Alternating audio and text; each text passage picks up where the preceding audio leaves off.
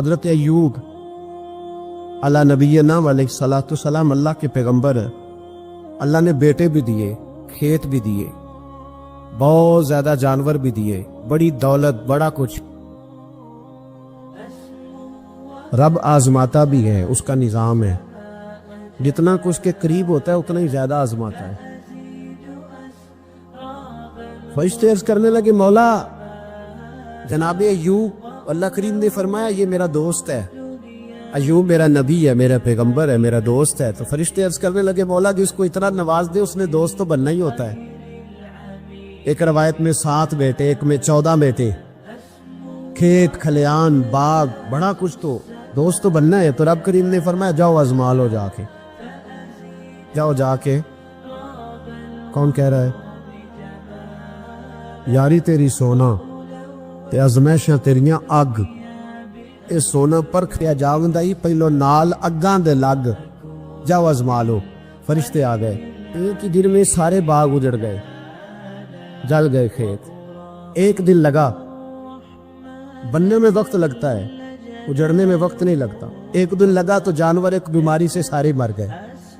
جناب ایوب گھر سے باہر نکلے، واپس آئے تو ساری اولاد کی لاشیں پڑی. بڑا مشکل مسئلہ ہے نا، لیکن زبان پہ ایک ہی لفظ ہے، انا للہ و انا الیہ راجعون. حضرت ایوب صبر سے، حوصلے سے، اطمینان سے. اس پر بس نہیں، اللہ کے نبی پیغمبر. یہاں تو جو 5 نمازیں پڑھتا ہے وہ کہتا ہے مجھے بخار کیسے ہو گیا، اللہ تو میں نمازی ہوں. میں تو روزانہ سورۃ یاسین پڑھتا ہوں، میرے گھر میں فاقہ کیسے آ گیا. میں تو روزانہ صبح قرآن شریف کھولتا ہوں، پھر بھی حضرت جی میرے گھر کے اندر بیماری کا کیا لینا دینا. حضرت ایوب بیمار ہو گئے. 1 2 3 4 ہفتے، مہینے، سال نہیں، 16 سال بیت گئے بیمار ہیں. 16 سال بیت گئے، 16 سال. حضرت ایوب علیل ہے. ایک دن زوجہ قریب آئی تو کہنے لگی آپ اللہ کے نبی ہیں، آپ جو بھی دعا کریں مالک قبول فرما لیتا ہے، دعا کریں آپ کو شفا دے دے. جناب ایوب فرمانے لگے ایک بات تو بتا، شفا کتنے دن رہی ہے؟ کہنے لگی 7 سال. فرمایا کھیت کھلیان اولاد مال دولت کتنا عرصہ رہا؟ کہا 60 سال. 60. آپ فرمانے لگے بیماری کو کتنے سال ہوئے؟ کہا 16 سال. فرمانے لگے ذرا مجھے تکلیفیں اور بیماریوں کو بھی 60 سال ہو لینے دے، پھر دعا بھی مانگ لوں گا. برابر تو ہو لے، ابھی تو صرف 16 ہوئے، 60 ہو لے دعا مانگ لوں گا. اور فرمانے لگے دعا مانگنی چاہیے پر میرے رب کو پتہ ہے ایوب کس حال میں ہے. بس زبان پہ یہ لفظ آئے تو اللہ نے فرشتوں سے فرمایا تم نے جانچ لیا ہے لیبلوکم ایکم احسن عملا، پتہ چل گیا؟ کا مولا چل گیا. فرمایا جاؤ اب میرے بندے کو نواز دو. بس مالک دے نیاز ہے نا. بنجر زمینیں پھر سے آباد ہو گئی، پھر سے جانور آ گئے، پھر سے وہی لہر بہر ہو گئی. بیٹے بھی اللہ نے دے دیے، مال دولت جائیداد ہر چیز. گھر میں بیٹھے شفا بھی ہو گئی. حضرت ایوب کی زوجہ قریب بیٹھی ہے، سکھوں کے دن آ گئے. پوچھنے لگی ایوب ایک مسئلہ پوچھنا ہے. ایک بات ذہن میں آئی، اجازت دے تو دریافت کروں؟ فرمانے لگے پوچھو. تو زوجہ عرض کرنے لگی حضور بتلائیے، دکھ اچھے کے سکھ، دکھ اچھے کے سکھ. تو جناب ایوب فرمانے لگے دن سارے اللہ کے، دن سارے اللہ، دکھی رکھے تب بھی مہربانی، سکھی رکھے تب بھی فضل اسی کے ہیں. پر اگر میرے دل کا حال پوچھے نا تو دکھ بڑے اچھے تھے، بڑے اچھے تھے وہ دکھ. کہا حضور دکھ اچھے تھے؟ تو جناب ایوب فرمانے لگے جب میں بیمار تھا تو میرا رب 24 گھنٹے میں ایک دفعہ میرا حال پوچھا کرتا تھا. رب پوچھتا تھا ایوب تیرا کیا حال ہے؟ رب پوچھتا تھا، خدا خود میرے مدلسبو اللہ پوچھتا تھا. فرماتے ہیں 12 گھنٹے اس مزے میں گزر جاتے تھے کہ میرے رب نے میرا حال پوچھا ہے.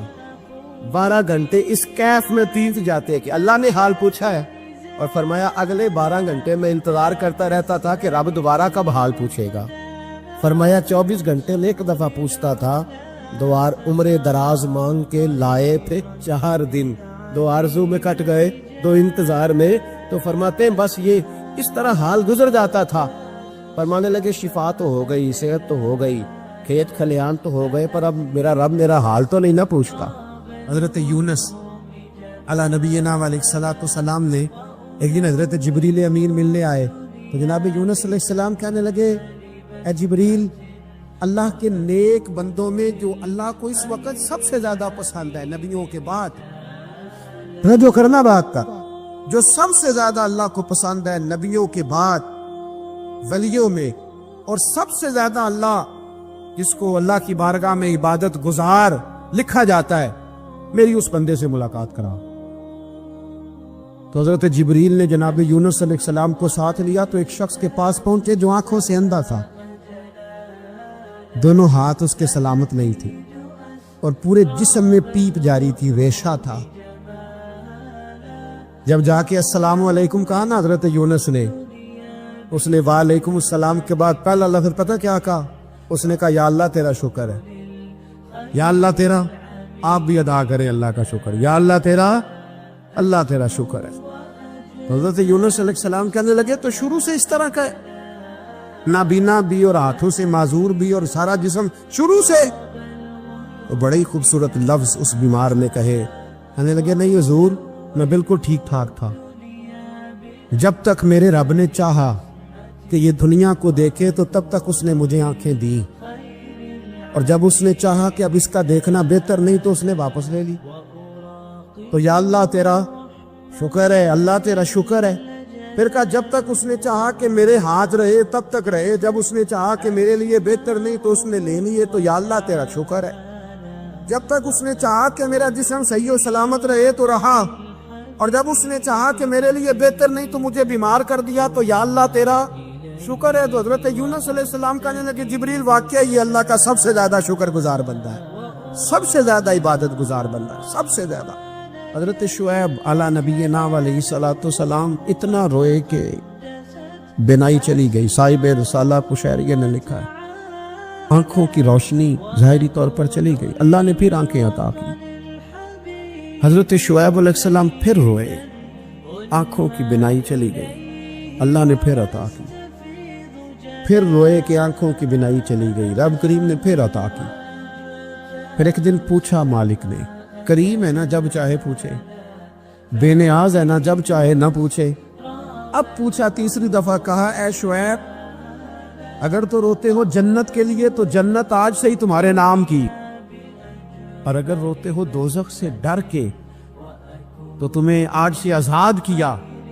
سارا کچھ جانتا ہے رب، پر پوچھتا ہے بتاؤ نہ روتے کیوں ہو؟ خدا بندے سے خود پوچھے روتے کیوں ہو، بتاؤ نا۔ حضرت شعیب پھر رو پڑے، کہنے لگے مالک نہ جنت کی تڑپ نہ دوزخ کا خوف، میں تو تیری ملاقات کے شوق میں روتا ہوں۔ کبھی ملنا، کبھی وہ زیارت کی جو تڑپ ہے، اقبال کہنے لگے کبھی اے حقیقت منتظر نظر آنا لباس مجاز میں، لاکھوں سجدے تڑپ رہے ہیں میری جبین نیاز میں۔ یہ جو رب کے بندے روتے ہیں تو لوگ سمجھتے ہیں شاید دنیا کے لیے رو رہے ہیں۔ یہ رب کے بندوں کی آنکھوں میں آنسو آتے ہیں تو لوگوں کا خیال ہوتا ہے ہو سکتا ہے کوئی بچہ نوکری نہ لگتا ہو تو روتے ہیں، ہو سکتا ہے گھر میں کوئی آزمائش آ گئی ہو تو روتے ہیں، لیکن ہے کسی جگہ کسی چیز کی طلب نے بے چین کر دیا تو وہ طلب آنکھوں سے گر گئی۔ لیکن نہیں، اے تن میرا کنگھی ہووے تے میں زلف سجر دی باواں، تے پوش میرے دی جتی بن جائے تے میں یار دی قدمی آواں، مارو مارو مینو مار پکاؤ کوئی عذر نہ پیش لے آواں، تے جے سونا ہی میرے دکھ وچ راضی، جے سونا ہی میرے دکھ وچ راضی، جے سونا ہی میرے دکھ وچ راضی تے میں سکھ نو چلے ڈاواں، مالک نے وصال میں راضی ہے تو بس ٹھیک ہو گیا، ٹھیک ہو گیا۔ وصل اچھا ہے نہ فراق اچھا ہے، بس جس حال میں محبوب رکھے وہی حال اچھا ہے، بس جس حال میں انہوں نے رکھا بات ٹھیک ہو گئی۔ اس میں اب انسان شکوا کرتے پھرے یہ جس طرح ہے وہ کس طرح اپنے آپ کو مطمئن رکھا ہے۔ مشکل کے بعد جو آسانیات، حضرت لقمان حکیم ان کے نام پر قرآن مجید کی پوری سورت ہے۔ حضرت لقمان حکیم علیہ رحمہ آپ اپنے بیٹے کو نصیحت کر رہے تھے، کہنے لگے بیٹا کو مشکل آئے تو گھبرانا نہیں، کو مشکل آئے تو، اگر بیٹوں کو سمجھ آ جائے کہ مشکل آئے تو سمجھ آ رہی ہے بات کی؟ مشکل آئے تو، اور کیا خوبصورت جملے، بیٹے کو بٹھا کے کہتے ہیں بیٹا چھوٹی مشکل آئے گی تو اللہ بڑی مشکلات آسان کر دے گا. سمجھو چھوٹی مشکلات آئیں تو اللہ نے بڑی مشکلیں اس نے آسان کر دی. اور آپ کو بتاؤں اصل انسان ہوتا ہی وہ ہے جو مشکلوں میں جینے کا ڈب سیکھ جاتا ہے. وہ بن جاتا ہے جو کرب کے حالات میں جینے کا سلیقہ سیکھے. اپنے بچوں کو یہ سمجھانا ہے. حضرت لقمان بیٹے مشکل آئے تو گھبرانا نہیں، بڑی کو ٹال دیتی ہے. وہ نیکی کا اور آسانی کا پیش خیمہ ہوتی ہے. اللہ اس کے بعد آسانی سمجھا رہے ہیں. کچھ دنوں کے بعد کہنے لگے آؤ فلاں اللہ کے نبی کی ملاقات کو چلو، فلاں نبی علیہ السلام سے ملنے چلتے ہیں. اس زمانے میں جو نبی تھے ان سے ملنے چلے گئے. بیٹے کو پات کی آگ دی، گھوڑے پہ بیٹھنے. امام ابن جوزی نے اس کو لکھا ہے. گھوڑے پہ بیٹھے تھے دونوں کے پاس گھوڑے تھے. اب رستہ بہت زیادہ تھا، کھانا ساتھ لے لیا، پانی ساتھ لے لیا، رستہ لمبا تھا، صحرا کا علاقہ تھا. جب جانے لگے تو اتنی سخت گرمی ہوئی کہ گھوڑے بھی بے ہوش ہونے لگی. اچانک ایسی گرم لو چلی کہ گھوڑے بھی. اب دونوں باپ بیٹا جو تھے وہ بڑی جوش میں تھے کہ جانا ہی جانا ہے. گھوڑے سے اتر کر کے پیدل چلنے لگے. اب پیدل چلتے چلتے ذرا آگے گئے تو گرمی میں جتنا بندہ پیدل چلتا ہے اتنا پیاس بھی زیادہ لگتی ہے. تو پانی پیتے رہے، کھانا کھاتے رہے، کھانا پانی بھی ختم ہو گیا. تھوڑا آگے چلے نا، اس قدر تکلیف بڑی کہ حضرت جناب لقمان کے بیٹے کے پیر کے اندر ایک ہڈی پیوست ہو گئی. اتنی بڑی ہڈی تھی وہ اندر ہی چلی گئی. پیر خون کے فوارے گرنے لگے. بیٹا بھی ہوش. حضرت لقمان اس کے سرانے بیٹھے تو بیٹا تھا نا، آنکھوں میں آنسو آ گئے. بیٹے نے آنکھ کھولی تو کہنے لگا ابا جی آپ تو صبر کرنے والے ہیں، آپ رو رہے ہیں. پر میں بیٹے میں کیا کروں، میرے سینے میں جو دل ہے وہ ایک باپ کا دل. تو باپ جو ہوا تیری دکھ پر رونا ہے. بڑی مشکل سے دانت کے ساتھ ہڈی نکالی. ہڈی نکلی تو خون بھی چلا.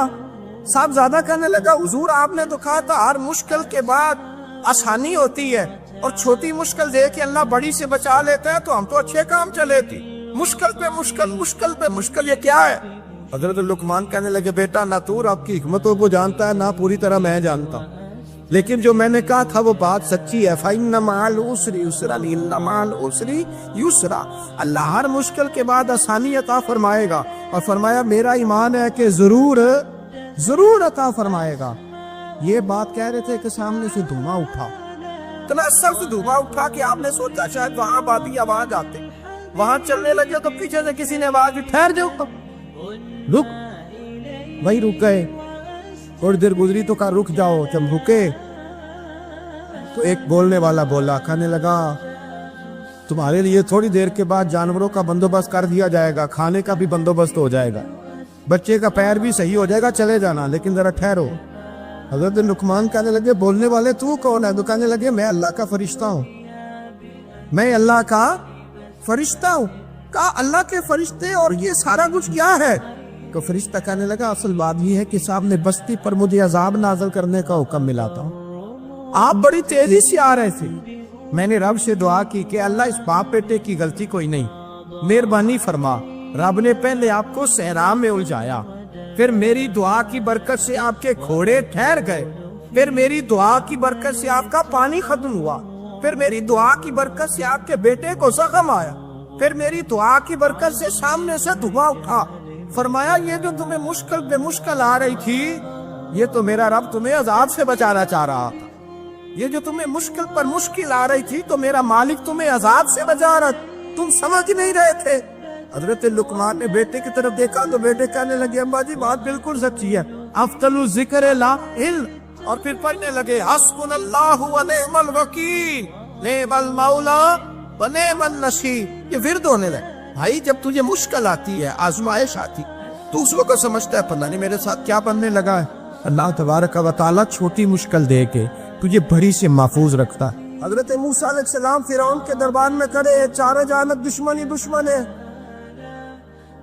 جادوگر آ گئے، انہوں نے سانپ چھوڑے. حضرت موسیٰ کے ہاتھ میں ڈنڈا تھا. حضرت موسیٰ کہتے ہیں یا اللہ کیا کروں؟ اللہ تعالیٰ نے فرمایا اپنا سانپ پھینک دو. کہنا چاہیے تھا نا کہ یا اللہ ایک ہی کچھ ہے، اتنے سانپ ہے، بچانے کے لیے ڈنڈا ہے وہ پھینک دو. ڈنڈا پھینکا جاتا ہے، سانپ کو دیکھ کر کے قابو کیا جاتا ہے. یہ میرا اور آپ کا ذوق ہے نا، لیکن انبیاء کرام کا انداز ملاحظہ کیجئے میرے عزیزو. اللہ فرماتے ہیں ڈنڈا، اے موسیٰ ڈال دے اپنا عصا. پہلے نہیں فرمایا کہ سام بن جائے گا، فرمایا پل تو ڈال دے۔ میں اور آپ ہوتے ہیں تو سام سامنے ہے، ڈنڈا ہاتھ میں ہے، ہم کہیں گے عجیب بات ہے، یہی تو دفاع کی چیز ہے، اسی کو ڈال دوں تو بچوں گا کیسے؟ کہا ڈال دو، تو حضرت موسیٰ نے ڈال دیا، کہا میرے رب کا حکم ہے تو میرے لیے بہتر ہی ہوگا۔ اللہ فرماتے ہیں جب موسیٰ نے ڈالا تو میں نے اس ڈنڈے کو، اس عصا کو اژدہا بنا دیا۔ اب کبھی عصا بھی اژدہا بنے، کبھی چھڑی بھی بہت بڑا اژدہا بنی ہے، لیکن قرآن کہتا ہے جناب موسیٰ نے ڈالا تو اللہ نے اژدہا، بلکہ اس سے پیچھے چلیے، عورتیں کمزور یقین کی ہوتی ہے نا، جناب موسیٰ پیدا ہوئے تو اللہ فرماتے ہیں میں نے موسیٰ کی ماں کے دل میں بات ڈالی، ماں کے دل میں صندوق میں ڈال کے تو اس کو دریا میں بہا دے۔ حضرت موسیٰ کلیم اللہ علیہ السلام کے پاس اسرائیل روح نکالنے آئے تو حضرت موسیٰ نے تھپڑ مارا، آنکھ نکال دی، واپس گئے۔ انہوں نے تو جلال فرمایا، کہا موسیٰ علیہ السلام سے کہیے بیل کی پشت پر ہاتھ رکھیں، جتنے بال ان کے دست مبارک کے نیچے آئیں گے اتنے 1000 سال ان کی عمر بڑھا دی جائے۔ یعنی میرے کان میں کوئی بتا دے کہ جناب 60 سال بڑھ گئی، کیا آپ کے کان میں کوئی کہہ دے تو خوشی ہوتی ہے کہ نہیں؟ لیکن یہ حقیقت پسندی نہیں، اس لیے کہ 60 بھی گزر جائیں گی، 70 بھی، یہ حقیقت نہیں۔ حضرت موسیٰ چلے میں مثال دیتا ہوں، سمجھ لے 10 بال، حالانکہ بہت زیادہ آتے ہوں گے، 10 بال اگر حضرت موسیٰ کے ہاتھ کے نیچے آئے تو 10,000 سال تو عمر بڑھ گئی نا۔ 10 یعنی 10 سال نہیں، 10 نہیں، 10 بہت زیادہ تھی نا۔ تو حضرت موسیٰ کلیم اللہ علیہ السلام سے آ کے عرض کیا گیا حضور بیل کی پشت پر ہاتھ رکھیں، جتنے آپ کے ہاتھ کے نیچے بال آئیں گے اتنے 1000 سال عمر بڑھ جائے گی۔ تو حضرت موسیٰ نے حقیقت پسندی والی بات کی، فرمایا پھر کیا ہوگا؟ 10,000 سال کے بعد پھر کیا ہوگا؟ کہ حضور جانا تو پھر بھی ہے، فرمایا پھر ابھی چلتے۔ فرعون کو اس نے وہ خواب دیکھ لیا تھا کہ ایک ستارہ اٹھے گا اور پھر وہ گرے گا تو میری ساری سلطنت کو تباہ کر دے گا۔ نجومیوں سے اس نے پوچھ لیا، اس نے کہا کہ ایک بچہ پیدا ہوگا جو تیری سلطنت کو تباہ کرے گا۔ چاہیے تو یہ تھا کہ وہ توبہ کرتا، لیکن اس نے کیا کیا کہ اس نے بچوں کو قتل کرانا شروع کیا۔ یُسَبِّحُونَ أَبْنَاءَکُمْ، ذبح کرا دیتا تھا تمہارے بیٹوں، اور بچیوں کو وہ زندہ رکھتا تھا۔ تو حضرت موسیٰ جب پیدا ہوئے تو ان کی والدہ نے پتہ کیا کیا، ان کو ایک صندوق میں بند کر کے دریا میں بہا دیا۔ اب دریا میں بہتے جا رہے ہیں تو ماں کی تو پریشان بھی ہو گئی، ان کی ہمشیرہ کو کہنے لگی ذرا دھیان رکھنا کدھر جاتے ہیں۔ حضرت موسیٰ علیہ السلام دریا میں بہتے بہتے نا، فرعون نے نا دریا کے کنارے مکان بنایا ہوا تھا۔ آپ کو پتہ ہے بادشاہوں کا ذوق ہوتا ہے، آج کل ہمارے جو حکمران ہیں انہوں نے اس کا نام فارم ہاؤس رکھا ہوا ہے، میرا فارم ہاؤس، اور پرانے زمانے میں لوگ ڈیرا کہتے تھے۔ تو اس نے بھی اس طرح کا فارم ہاؤس بنایا ہوا تھا۔ وہاں پہ حضرت موسیٰ علیہ السلام تیرتے ہوئے تابوت کے اندر، صندوق کے اندر جا رہے ہیں۔ فرعون اور ان کی بیوی حضرت آسیہ بے اولاد تھی، بڑی تڑپ تھی بیٹے کی، وہ بھی وہاں کھڑی تھی۔ صندوق تیرتا ہوا آیا تو فرعون نے کہا کہ جاؤ پکڑ کے لاؤ دیکھو کیا ہے۔ جب وہ لے کے آئے نا تو آپ کی ہمشیرہ جو نگرانی کر رہی تھی پریشان ہو گئی کہ یہ تو اس کے ہاتھ لگ گئے، یہ تو اب مار ڈالے گا۔ لیکن جب خوبصورت اور چمکتا ہوا بچہ دیکھا تو بی بی آسیہ کہنے لگی یہ بنی اسرائیل کا ہے ہی نہیں، یہ تو پتہ نہیں کہاں سے بہتا ہوا یہاں آ گیا ہے، تم ایسے ہی چھوڑ، یہ پتہ نہیں کہاں سے، رکھ نہ لیں، رکھ نہ لیں۔ تو حضرت موسیٰ علیہ السلام وہ کہنے لگا نہیں انہی کے ہیں، موسیٰ علیہ السلام اسی کے ہیں۔ تو آسیہ کہنے لگی تیرے تو سر پہ نا بس بھوت ہی سوار ہو گیا، ہر وقت وہی لوگ تجھے یاد رہتے، یہ پتہ نہیں کہاں سے بہ کے آئے۔ اب رکھ لیا، مان گیا فرعون۔ آپ فرعون کے گھر میں جو اس لیے بچے مروا رہا تھا کہ میری سلطنت حضرت موسیٰ پیدا نہ ہو جائے، تو اسی کے گھر میں پرورش پانے لگے، اسی کے گھر میں۔ اب عورتیں منگائیں گئی دودھ پلانے کے لیے، تو حضرت موسیٰ علیہ السلام کسی بی بی کا دودھ نہیں پیتے، تو آپ کی ہمشیرہ نہ وہیں دائیں بائیں گھومتی رہتی۔ تو کہنے لگی جناب آسیہ سے کہ میں ایک بی بی کو جانتی ہوں، بڑی صاف ستھری ہے، مجھے امید ہے یہ بچہ اس کا دودھ پیے گا۔ تو فرعون کہنے لگا دوڑ کے لا، تو اپنی والدہ کو لے کے آئی، تو حضرت موسیٰ نے فوراً دودھ پینا شروع کر دیا۔ فرعون کو پھر تھوڑا شک ہوا، ایک روایت یوں بھی لکھی ہے بعض لوگوں نے کہ فرعون ایک دن اٹھایا ہوا تھا حضرت موسیٰ کی ابھی تھوڑی سی عمر تھی، تو آپ نے اس کی داڑھی پکڑ کے تو ایک گھونسا دے مارا، جلالی تو شروع سے ہے نا، تو کہنے لگا آسیہ تو مان نہ مان یہ بچہ وہی ہے۔ تو حضرت بی بی آسیہ کہنے لگی کہ تجھے غلط فہمی ہے، یہ وہ نہیں ہے۔ اس نے کہا دیکھو نا، یہ تو اٹھاتی ہے تو پیار کرتا ہے، اور میرے جب قریب آتا ہے تو اس کے لب و لہجے میں تلخی محسوس کرتا ہوں۔ اس نے کہا بچوں کو کیا پتا، خیر ایک طرف اس نے کھانے پینے کی چیزیں رکھ دی، ایک طرف انگارے رکھ دیے۔ وہ بھی حضرت آسیہ کہتی ہیں کہ تجھے سمجھ آئے بچے بچے ہوتے، حضرت موسیٰ بچے تو تھے پر تھے تو اللہ کے نبی نا، اللہ کے نبی تھے۔ جب اس نے کہا نا یہ بچے ہیں، تو حضرت موسیٰ علیہ السلام بجائے انگاروں کی طرف جانے کے، نبی تھے، وہ سیدھے کھانے پینے والی چیزوں کی طرف بڑھنے لگے۔ پھر ان کہنے لگا آپ بتا، اللہ تعالیٰ نے حضرت جبریل کو بھیجا، انہوں نے کہا ادھر نہیں جانا، آپ ادھر جائیے۔ تو آپ آگ کی طرف گئے اور ایک کوئلہ اٹھا کے زبان پہ رکھ لیا۔ واسی کہنے لگی سمجھ آئی، بچے کو کیا پتا کدھر جانا ہے کدھر نہیں جانا، اگر وہ اتنا ہی خیال ہوتا وہی بچہ ہوتا تو آگ۔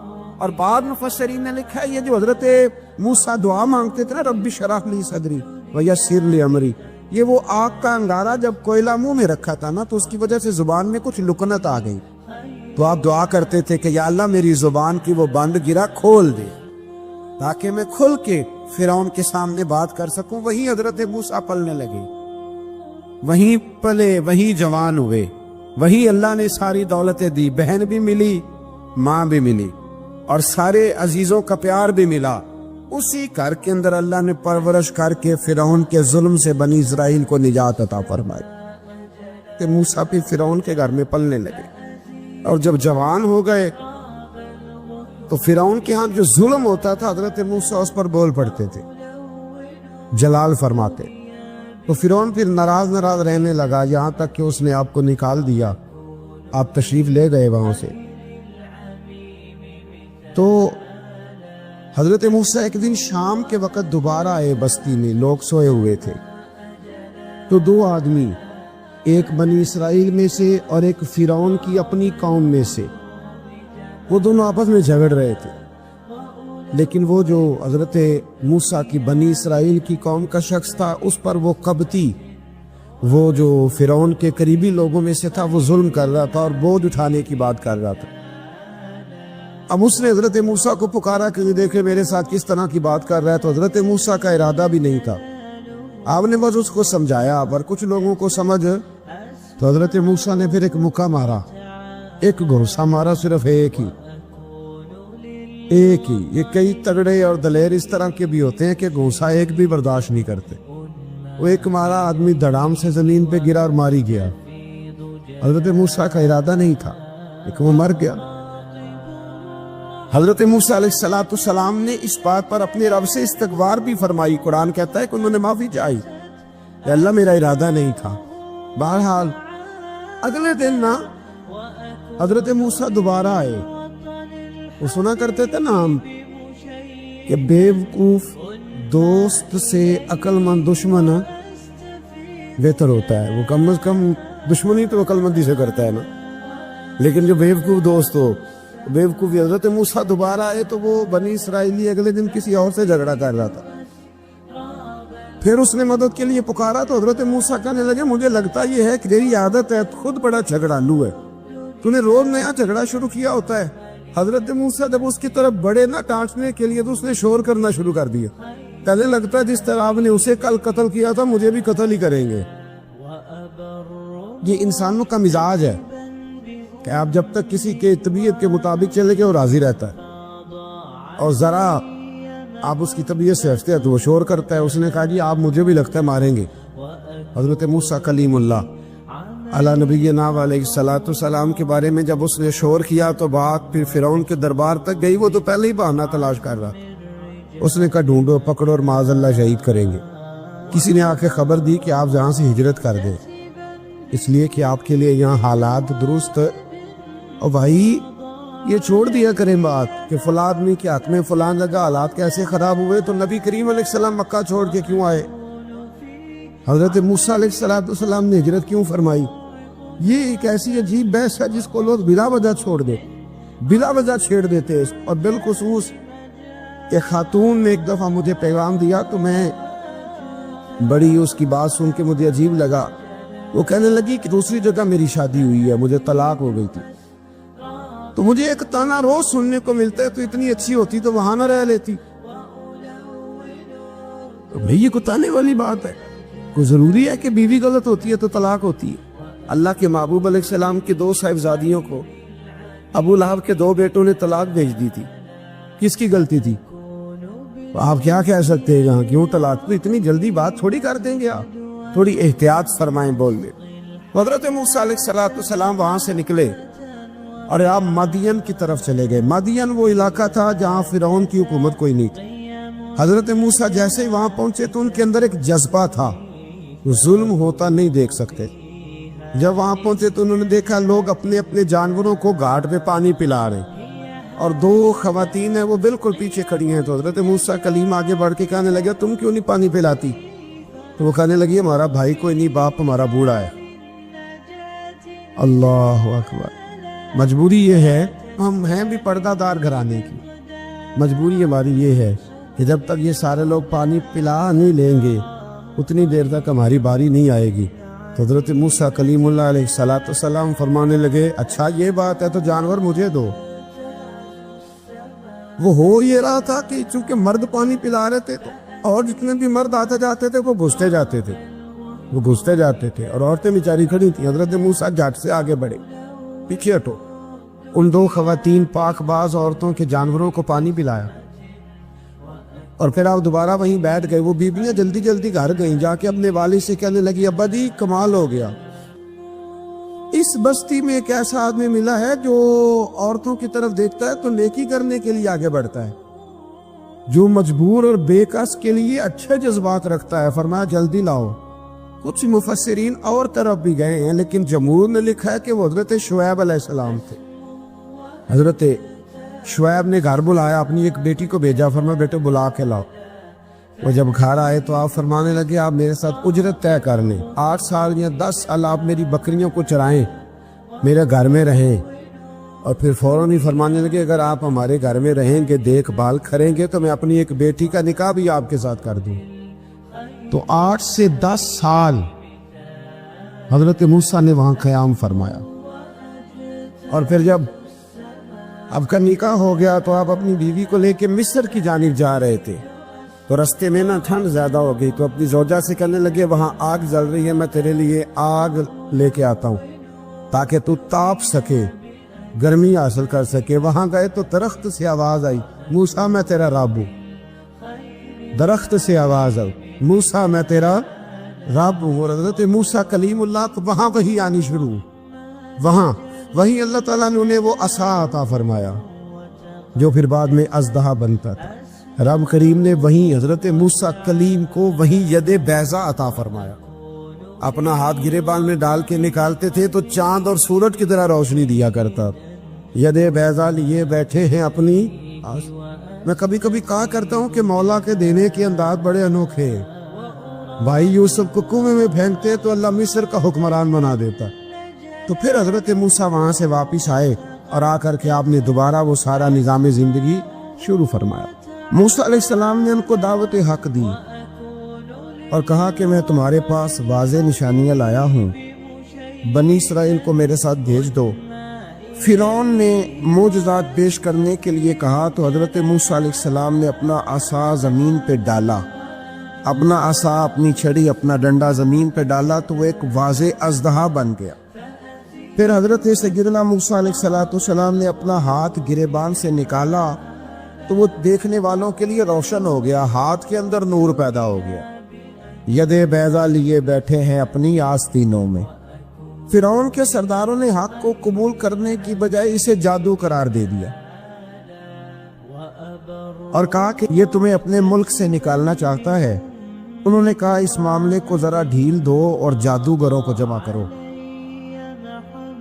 جادوگر آئے, انہوں نے فرعون سے کہا کہ ہم حضرت موسیٰ کے مقابلے میں جادو تو دکھائیں گے معاذ اللہ, لیکن اگر ہم غالب آ گئے تو پھر ہمارا انعام کیا ہوگا؟ سودا پہلے طے کر رہے ہیں, کیا انعام ملے گا؟ اس نے کہا کہ اگر تم غالب آ گئے تو میں تمہیں اپنا قریبی بنا لوں گا. بادشاہوں کا قریبی ہونا بھی تو بڑی بات ہے نا, لوگ بڑے پاپڑ بیلتے ہیں قریبی ہونے کے لیے. اور یہ جو قریبی ہوتے ہیں نا، بالخصوص جو بادشاہوں کے قریبی ہوتے ہیں، بادشاہوں کی تباہی کا سبب بھی یہی لوگ ہی بنتے ہیں. یہ ان کو روز خبر دیتے ہیں کہ سب اچھا ہے، سب اچھا ہے. اور دنیا کے زیادہ تر حکمران انہی لوگوں کی وجہ سے تباہ ہوتے ہیں، کیونکہ ان کا خود عوام سے رابطہ نہیں رہتا. اگر وہ خود عوام کے ساتھ ڈائریکٹ رابطہ کریں تو شاید انہیں اچھی اور صاف ستھری چیزیں سمجھنے کو مل جائیں. خیر، جادوگروں نے جب کہا ہمیں کیا دو گے، تو اس نے کہا تمہیں قریبی بنا لوں گا. جادوگروں نے موسیٰ علیہ السلام سے کہا کہ آپ پہل کریں گے یا ہم پہل کریں؟ تو موسیٰ علیہ السلام نے کہا تم پہل کرو. جب جادوگروں نے اپنی رسیاں زمین پہ ڈالیں تو لوگوں کی نگاہوں کو سحر زدہ کر دیا، جادو کر دیا، اور انہیں ڈروا دیا. انہوں نے کہا یہ تو بڑا جادو لے آئے. تو اللہ تعالیٰ نے حضرت موسیٰ علیہ السلام کو حکم دیا کہ آپ بھی اپنا عصا زمین پہ ڈالیں. ان کی رسیاں سانپ بن گئی تھی نا، دراصل وہ سانپ بنی نہیں تھی، لوگوں کی آنکھوں پر جادو ہو گیا تھا، انہیں سانپ نظر آ رہا تھا. فرمایا آپ بھی اپنا عصا زمین پہ ڈالیں. وہ عصا سانپ بنا اور جادوگروں کی ساری چیزوں کو نگل ہی گیا. ان کی بہت ساری رسیاں سانپ بنی تھی، ان کا ایک ہی عصا سانپ بنا اور سب کو نگل گیا. اس طرح کے معجزے کی حقانیت اور جادوگروں کا بطلان ثابت ہوا اور فرعونی رسوا ہو گئے. جادوگر سجدے میں گر گئے اور اللہ پر ایمان لے آئے. فرعون نے انہیں دھمکی دی کہ تم میری اجازت کے بغیر ایمان لے آئے ہو، میں تمہارے ہاتھ اور پاؤں مخالف سمت سے کاٹ دوں گا. یعنی الٹا ہاتھ کاٹ دوں گا، سیدھا پیر کاٹ دوں گا. میری بغیر اجازت ایمان لے آئے ہو، اور تمہیں سولی پہ بھی چڑھوا دوں گا. انہوں نے کہا کہ ایمان لانے کی پاداش میں تم ہمیں سزا دینا چاہتے ہو.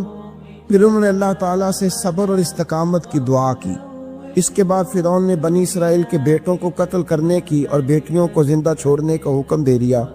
موسیٰ علیہ السلام نے قوم کو صبر کی تلقین کی اور کہا کہ نیک انجام اہل تقوی کے لیے. یہاں ایک لطیف بات ہمارے صوفیاء نے بھی لکھی ہے. صوفیاء کہتے ہیں کہ فرعون نے کلمہ نہیں پڑھا اور جادوگر کلمہ پڑھ گئے.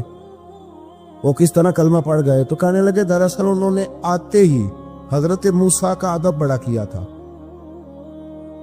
جادوگر حضرت موسیٰ کے مقابلے میں آ کے بھی ان سے کہتے ہیں کہ رسیاں آپ پہلے ڈالیں گے کہ ہم ڈالیں؟ آپ ایسا پہلے رکھیں گے کہ ہم رکھیں؟ تو اتنا سا ادب کیا تو رب کریم نے فرمایا جو نبی کا ادب کرے وہ بے ایمان نہیں رہ سکتا. جو نبی کا ادب کرے وہ بے ایمان نہیں رہ سکتا، اور جو نبی کی بے ادبی کرے وہ ایماندار نہیں رہ سکتا. ختم ہو گئی بات. یہاں ہمارے صوفیاء نے یہ بات لکھی ہے کہ چونکہ انہوں نے آتے ہی کہا تھا کہ آپ پہلے ڈالیں گے یا ہم پہلے ڈالیں، تو حضرت موسیٰ سے انہوں نے پوچھ لیا. نبی کے پوچھے بغیر پہل لکھی تو اللہ نے انہیں ایمان کی دولت عطا کر. اللہ تعالیٰ نے فرعونیوں پر 61 سالی کا عذاب نازل کیا. فرعونیوں کا طریقہ یہ تھا کہ اچھائی کو اپنا کمال گردانتے تھے، کہتے تھے یہ ہماری طرف سے، اور برائی کو معاذ اللہ بدشگونی کے طور پر موسیٰ علیہ السلام کی طرف منسوب کرتے تھے. کہتے تھے معاذ اللہ آپ کی وجہ سے یہ سارا کچھ ہو رہا ہے. ہوتے نا نہیں کہتے ہیں جب سے میں وہاں گیا ہوں تب سے. ہمارے بزرگ ایک لطیفہ بھی سنایا کرتے تھے کہ کسی زمیندار نے نماز پڑھنی شروع کی تھی تو اس کے جانور مرنے شروع ہو گئے. اب لوگ سمجھتے ہیں کہ معاذ اللہ شاید یہ کسی بزرگ کے سبب سے ایسا ہے، حالانکہ یہ تو اللہ کی طرف سے آزمائش ہوتی ہے، اس کی حکمتیں ہوتی. اللہ تبارک و تعالیٰ نے ان پر عذاب کیا نازل کیا. آیت نمبر 130 اور 143 کا بھی آپ سورہ اعراف کی پڑھیں. اللہ تعالیٰ نے ان پر ٹڈیوں کا، چوہوں کا، مینڈکوں کا اور خون کا عذاب نازل کیا. یہ کس قسم کا عذاب ہے؟ جمعے پڑ گئے، ٹڈیاں آ گئیں، یہ اللہ نے عذاب نازل کیا. سورہ یوسف کا ذکر فرمایا اور ارشاد فرمایا جا رہا ہے کہ الف لام را یہ حروف مقطعات ہیں. فرمایا تلک آیات الکتاب المبین، یہ آیتیں ہیں کھلی ہوئی روشن کتاب کی. فرمایا انا انزلناہ قرآنا عربیا لعلکم تعقلون، بے شک ہم نے قرآن کو عربی میں اتارا ہے تاکہ آپ لوگ اسے خوب سمجھ لیں. ارشاد فرمایا جا رہا ہے نحن نقص علیک احسن القصص،